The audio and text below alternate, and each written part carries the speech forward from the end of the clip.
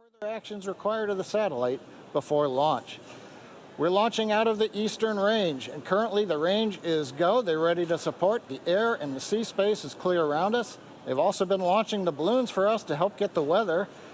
The weather from clouds, lightning, electric fields right now is go. What we've been watching is the upper altitude winds.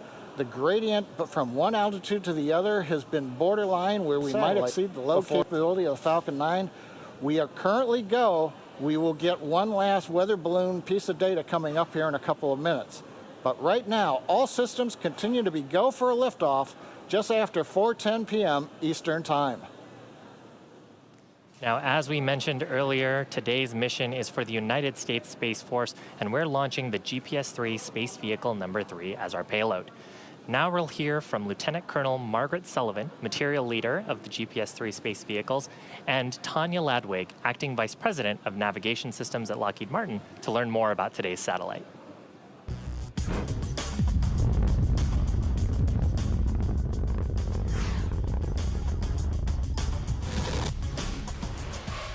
We use GPS every day.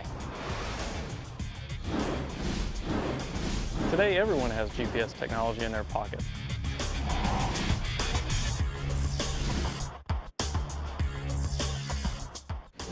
25 years of space-based position, navigation, and timing, supporting the entire world. GPS touches the lives of everyday people all the time.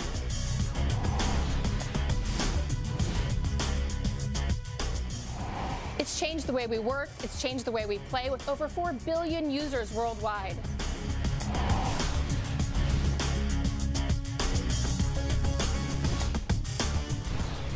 We're already preparing for the next generation of GPS satellites with our GPS-3 follow-on contract, and we're inserting greater technology for greater capability.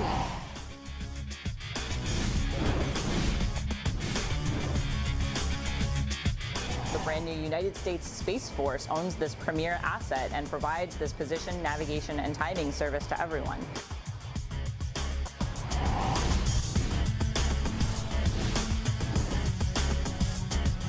And for all personnel on the countdown net, we have an update from GNC informing us we have a good weather balloon. Proceeding on with the countdown. T-minus 4 minutes, 20 seconds and counting. Today's GPS-3 Space Vehicle 3 mission is dedicated by the Space Force to the memory of Colonel Thomas Falcerano, and we will hear directly from General Raymond and others who knew and worked with him just before we enter our first coast phase later on in the broadcast. Now, we're currently just inside 4 minutes from liftoff. We did get the good news just a moment ago that the latest weather balloon is go for launch, so we're going to continue to count down. We've begun retracting the transporter erector strongback away from the Falcon 9. You can see it on your screen. Moves back a couple of degrees to get us ready for liftoff. Now, the Falcon 9 is now moving into the final stages of the countdown. The vehicle remains in good health. Fuel loading is complete on both the first and second stages. Liquid oxygen loading will wrap up shortly on the first stage and will complete at T-minus 2 minutes on the second stage.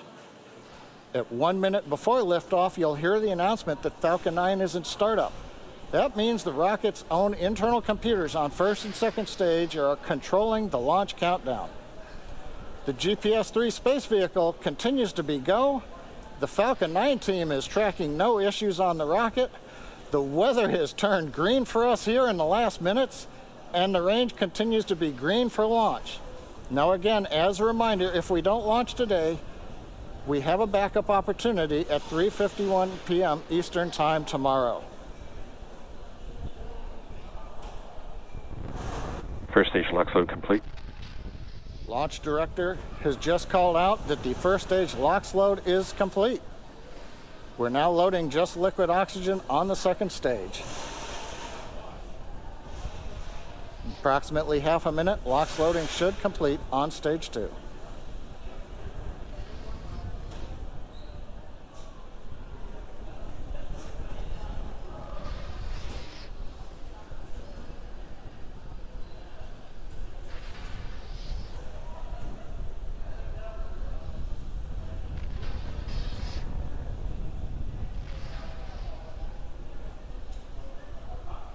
T-minus 2 minutes.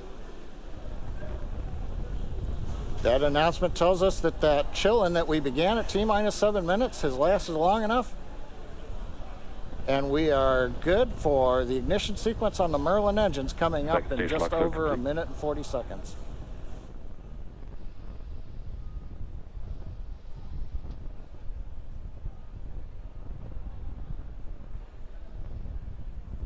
Now coming up in the background, you can see some white plumes coming off of the strongback. Gas close-up started. There's a nice view. We have completed loading the second stage. We're now draining the liquid oxygen out of the plumbing that goes up that structure alongside the rocket. And as we vent off the gas, you get that nice long plume you see there where that humid Florida air meets the ultra cold gaseous oxygen, condenses, giving you that nice white fog. That's normal for this point in the count.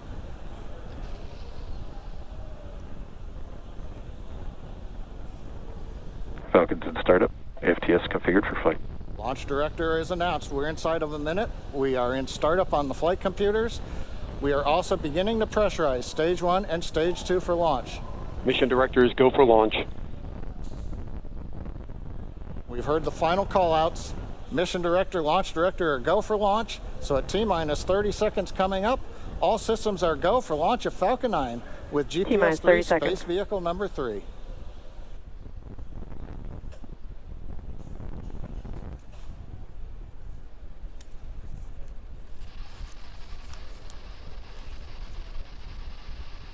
T-minus 15 seconds.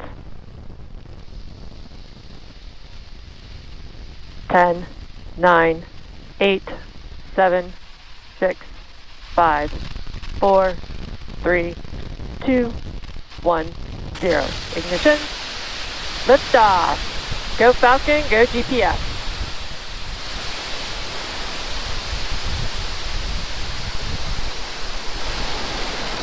Vehicle is pushing down right. Chamber pressure.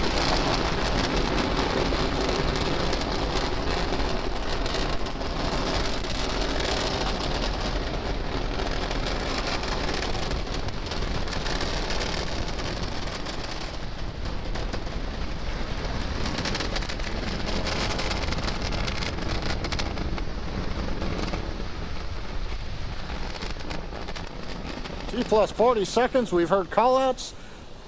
And now we're entering the throttle bucket. We're powering down the Merlin engines to relieve the acceleration as we get ready for the period of maximum dynamic pressure. We're in the throttle bucket. Now we're beginning to power back up. We hear the call out exiting throttle bucket. The 9 Merlin 1D engines going back to full power. And we are now supersonic.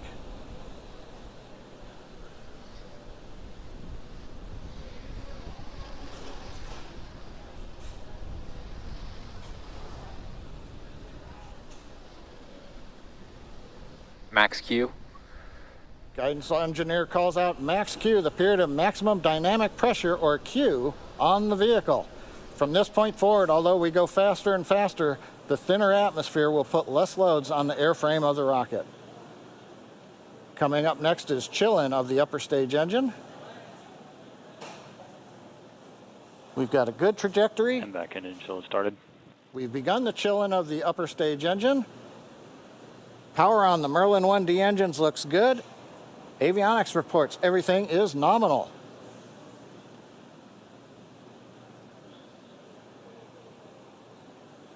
And we're T plus 2 minutes into flight. Next major activity in half a minute, shutdown of the 9 Merlin engines, separate the first and second stage, and ignite the second stage engine to carry GPS and the second stage into the first of 2 orbits today. This one will be the initial parking orbit.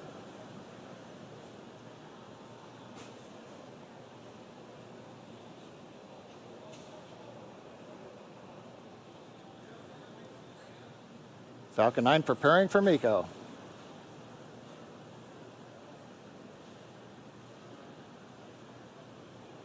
And MECO. Stage separation confirmed.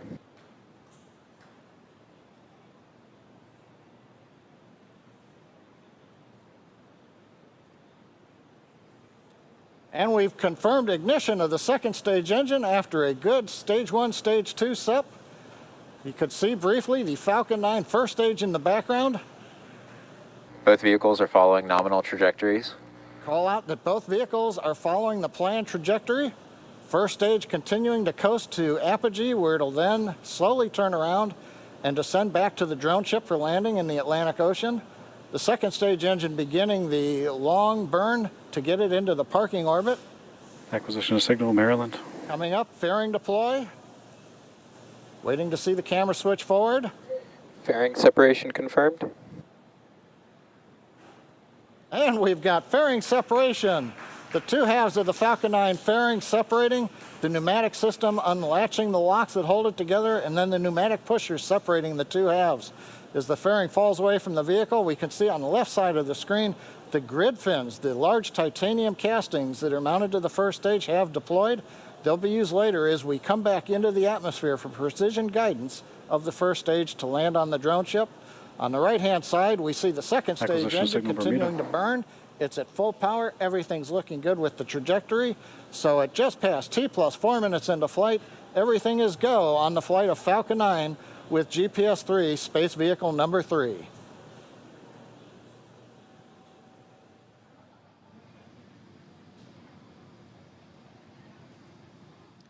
T plus 4 minutes and 25 seconds into flight. We're currently in the first of two planned Merlin vacuum engine burns.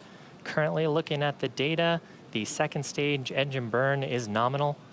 On your left-hand screen, you can see the first stage as it's performing that reorientation that John and I talked about. The grid fins are deployed, and you're seeing some thruster plumes there from the attitude control system that are getting it ready so that the 9 Merlin 1D engines are pointed towards the atmosphere as it re-enters into Earth's atmosphere. Beautiful views of the planet beneath both the first stage and the second stage. Second stage is continuing into its burn. We're expecting this burn Both to vehicles last continue to about follow nominal 5 trajectories. minutes and 15 seconds. And entry burn will actually begin on the first stage in just about a minute from now. During the entry burn, we'll ignite 3 of the Merlin 1D engines on the first stage. That'll give us a chance to slow down the stage as it ends up re-entering the Earth's atmosphere and reduce the aerodynamic loads as it starts to bite into the thicker parts of the air around our planet. You can see the Merlin vacuum engine on your right-hand screen, the nozzle extension there growing red hot. That's expected. And we're really, we have such a long nozzle extension on there to try to get the most performance out of the pressure coming out of the thrust chamber on the second stage engine. So coming up here in about 15 seconds is entry burn. Watch for that on your left-hand screen. That'll ignite 3 of the Merlin 1D engines, while second stage continues to burn towards that elliptical orbit with the GPS vehicle on board. Stage 1 FTS is saved.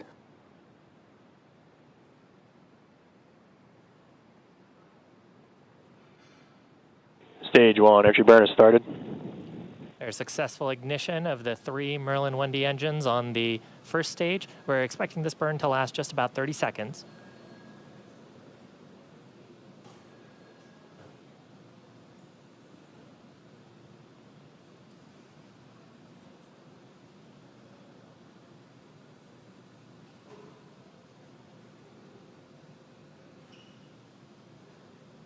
Stage 1 entry burn shutdown. You see some bursts there. Successful shutdown of the engine and some attitude control bursts just to get that orientation right. Now, once we get into the thicker parts of the atmosphere where those grid fins have some aerodynamic control authority, they will do most of the guiding to take the first stage towards our drone ship, named Just Read the Instructions, which is about 350 nautical miles off the east coast of Florida. Coming up at about 50 seconds from now, we'll have 2 events happening about the same time. The first stage will ignite its single center Merlin 1D engine for landing burn. About the same time, the second stage will perform secondary engine Stage cutoff. Stage 2 has entered terminal guidance. Or SECO number 1. And while those 2 things occur, about 25 seconds later, the first stage will hopefully touch down on our drone ship. In between there, deploying its landing legs. So watch for that on your left-hand screen. Stage 2 FTS is saved.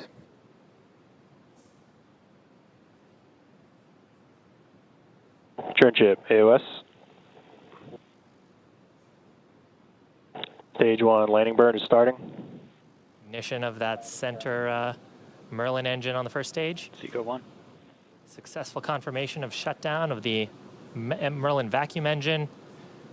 The guidance engineer is evaluating the orbit of the second stage now. Nominal parking orbit. Nominal parking orbit, Landing that's legs are exactly what we want to deployed. hear. Landing leg deployment looks like right down the center. And Looks stage like 1 a is successful landed. landing. Recovery operators move into I see a first stage. 11.100 on Excellent. UTM 9. So that, you know, we first flew Falcon 9 10 years ago, actually this month. Since then, it's completed 88 missions, and now the most flown operational rocket in the United States. This mission completed its first landing, and hopefully we'll have many more to come. Stage 2 expected. The vehicle is now, we're actually going to enter into our first coast phase, now that we know that the second stage is in a successful parking orbit. That coast phase will last about 54 minutes and will end with our second stage relight at about T+1 hour and 3 minutes. We're going to come back shortly before that to cover the second engine start, number 2. Now, as we had mentioned earlier, today's mission is dedicated by the Space Force to the memory of Colonel Thomas Falzerano, commander of the 21st Space Wing at Peterson Air Force Base in Colorado. As a leader of the Air Force's 5th largest wing, he commanded a workforce of approximately 4,300 space professionals worldwide. We'll now hear from General Raymond and a number of Colonel Falzerano's colleagues in the Air Force and Space Force about the impact he had on all those he worked with. I can think of no better way to honor Colonel Tom Falzerano and his family than with today's launch of our 3rd GPS-3 satellite from Cape Canaveral. As a former commander of the 45th Operations Group, Tom not only understood the critical importance of our launch capabilities here on the Eastern Range, but he dedicated his entire military career to ensure our nation's space capabilities like GPS continue to fuel our modern way of life and our modern way of war. Tom was an incredible officer, leader, father, and friend who made a difference. He was in his prime as he led the 21st Space Wing at Peterson Air Force Base at such a critical point in our nation's history. Before that, he served as my senior executive officer, who worked tirelessly behind the scenes and put in long hours as we established the United States Space Command, our nation's 11th Combatant Command, and the United States Space Force, our newest branch of the Armed Services. Also signal Maryland expected. Tom made a difference in the lives of his teammates and those he led. He will always be remembered for caring for his people while taking care of the mission. Tom had that unique gift of connecting with everyone he came in contact with. He always had a smile and a word of encouragement, no matter how demanding the situation was. Tom made a difference in the lives of his family. No one loved family more than he did. And in fact, Tom made us all feel like we were part of his family. As we watch today's Falcon 9 soar high into space, let Tom's legacy be a reminder for all of us to make a difference every single day, and how our greatest legacy is found in the relationships and the investments we make in the people around us. My sincere thanks to SpaceX, the 45th Space Wing, and the entire launch team for honoring Tom's legacy. Nobody knew how much the United States and our international allies rely on space capabilities every minute of every day more than Colonel Tom Falzerano. Tom took his mission responsibilities very seriously, but he was passionate about developing and taking care of the people under his command. Although we lost him well before his time, his outstanding legacy will live on through the air and space professionals he led and mentored during his 26-year career. For Tom's family, and in honor of his memory, on behalf of the 6,000 professionals of the Space and Missile Systems Center, we will continue to protect and defend the global commons of space and continue to mentor our people, which he so clearly cherished. Today's launch is dedicated to a warrior, a husband, a father, a friend, an American hero, and a man whose example and leadership will continue to influence our Air and Space Force well into the future. We're dedicating today's launch to Colonel Thomas Falzerano, who was the commander of the U.S. Space Force's 21st Space Wing when he tragically passed away a few weeks ago. In a way, dedicating this GPS-3 launch to Tom is wholly appropriate, as this next generation satellite provides navigational guidance to the nation and the world, so did Tom provide lasting guidance and inspiration to all those he led and served with. It has been our great privilege to have known and served with Tom Falzarano, and we are proud to dedicate this launch to him. Colonel Falzarano was a strong, steady leader who was an instant friend to everyone he met. He built lasting connections everywhere he went, and he cared intensely about everyone. Here at the 21st Space Wing, we miss him every day, but we'll honor him and continue our mission. Strength and preparedness always. Colonel Falzarano led us by example to give of ourselves completely and compassionately. He taught us what it is to be built to last, to ensure what we build today will outlive us and last for those who come after us. As we reach again to the stars, let us strive even higher to be built to last. It's only fitting this launch today be dedicated to Colonel Tom Falzarano, a great American hero. On behalf of the 50th Space Wing and the men and women of Schriever Air Force Base, thank you for your service, thank you for your sacrifice, and most importantly, thank you for your partnership over the course of the last year. Colonel Falzarano, teammate, leader, wingman, guide. Much like the GPS, you get people to where they ought to be.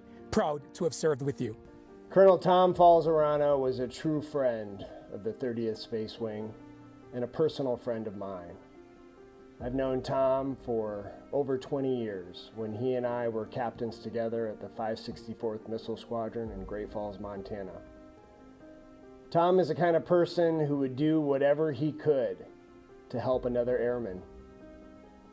He looked out for the folks that he led, and he looked out for his peers. And it was my privilege for the time that we were serving as wing commanders together to serve next to him. Chief? Sir, I had the pleasure of working with Colonel Falzarano as a teammate in Air Force Space Command headquarters. Consummate professional, consummate leader. You're missed, sir. We're gonna miss you, Tom. It is so fitting that we as an Air and Space Force remember Colonel Tom Falzarano with his GPS launch. Tom spent a lot of time in Florida, and in particular, as the 45th Operations Group Commander, he sat on crew for many of our nation's most important launches. Tom was truly a people person who loved his airmen and enjoyed hearing their stories. He was caring and kind to everyone he met and always found time to brag about his family. To Stacy and the children, it is our honor to represent the 14,000 men and women of Team Buckley and honor Tom for his leadership and service to this nation. For many of us who personally knew him, we'll light a cigar in his honor after a successful launch. Here's a toast.